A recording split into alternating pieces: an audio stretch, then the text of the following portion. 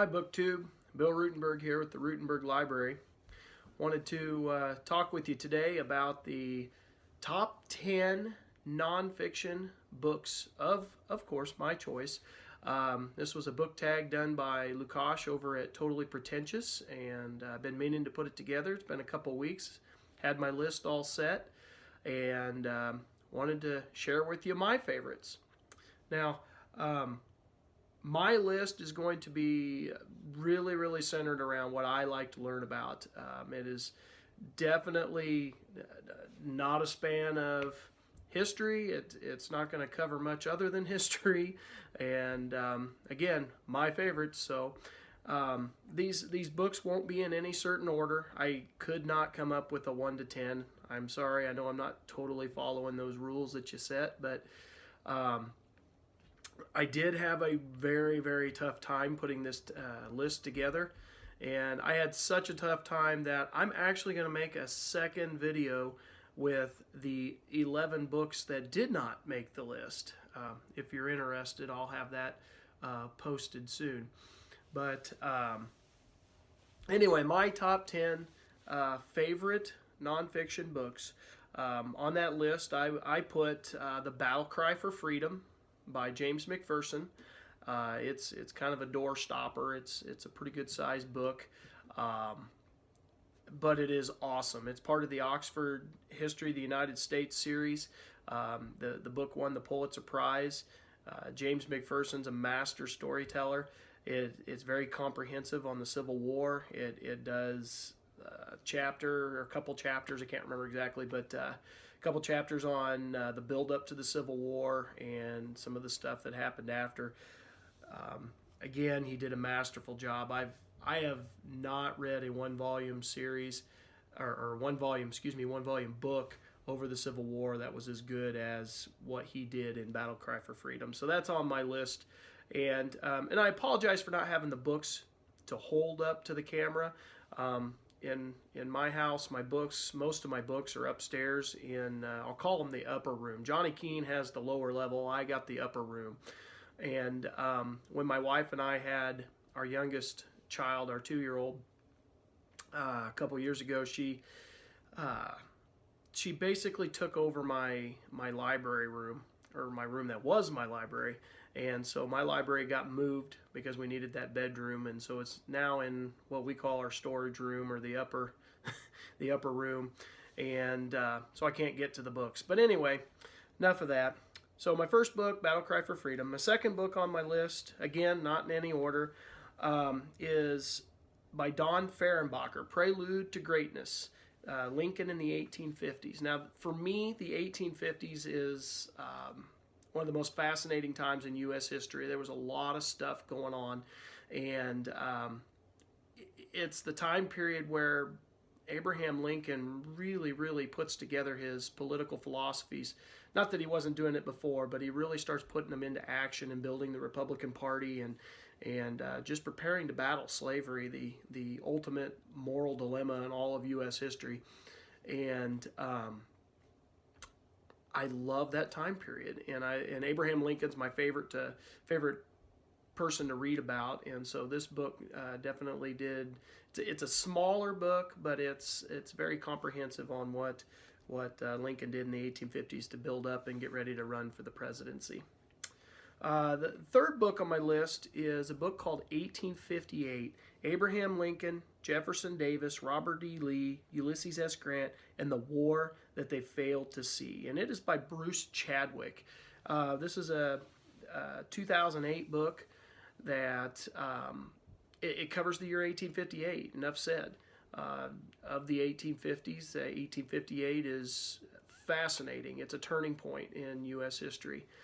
When we start to realize that moral dilemma, and what are we going to do? We can't brush it under the carpet anymore. And this book really goes into a lot of detail on all these individual men who played a huge role in U.S. history, and what was what was going to happen with our country.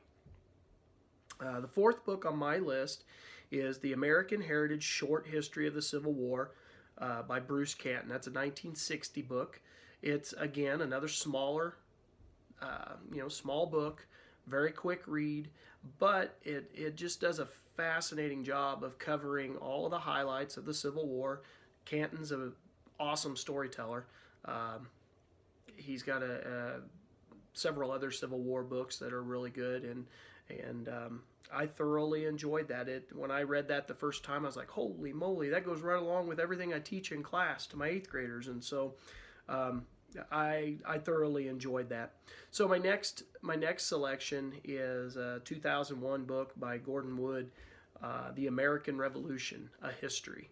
Another small work, but it is, if I was teaching a college class or even a government class in the high school, I would use it. It's small enough book that I would feel comfortable using that in class as an in-class read, and it just does a thorough job. It's not so much of the military history. It's more of the political and really ideological side of the American Revolution. I think that it does a fascinating. It's fascinating. He does an awesome job of showing the ideological origins of our country and why we founded our country. The next book on my list was by Doris Kearns Goodwin, Team of Rivals: The Political Genius of Abraham Lincoln. That's a 2005 book, and that book was awesome. Plain and simple. It's one of the best biographies of Lincoln that I've ever read, and I've got in my collection, I've got over 80 books on Lincoln alone, and I've read a lot of them, and it is one of the best. Goodwin just does an awesome job of telling the story of Lincoln, that especially the 1860 election, and how he really he's a master politician, and he manipulates the system and wins the presidency. And while he's doing that, or after he does that, he is able to put together one of the best cabinets in all of U.S. history.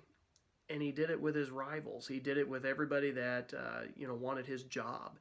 And you've heard, keep your friends close and keep your enemies closer. Well, this is definitely a case of that. The next book on my list is His Excellency George Washington, 2004 book by Joseph Ellis.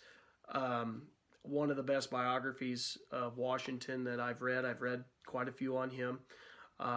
Very comprehensive, and Ellis is a master storyteller. He does a great job of just showing how Washington was the man he was the right man at the right time in our country's history. And I just think it's another smaller book. Next book on my list is a bit of a doorstopper. It's another from the Oxford History of the United States series, and it's The Glorious Cause by Robert Middlecoff. And it was a 1982 book. Absolutely loved it. It did a thorough job of covering the entire span of the Revolution, clear from the beginning of the taxation period right after the French and Indian War in 1763, all the way through the Revolution, and then into 1789, where the Constitution gets written and we're ready to start with Washington as our first president. Awesome job.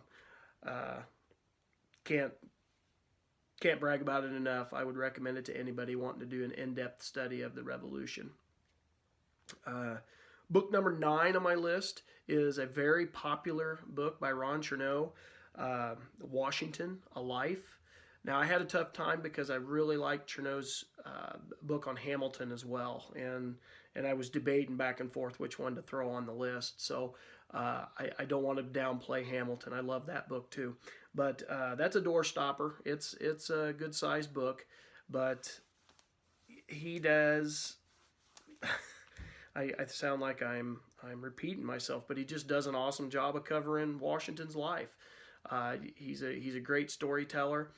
Goes into a ton of detail. It's very well researched. All of these books were really well researched, and it shows. And you can go to the back of the sources in most of these books. The sourcing, the works cited is pretty thick, several pages, and these authors have done a wonderful job of the research side of things.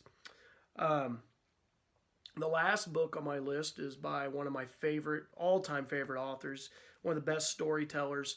Matter of fact, he is he's like the godfather of American history, in my opinion. Like, just telling the story of American history and making it entertaining.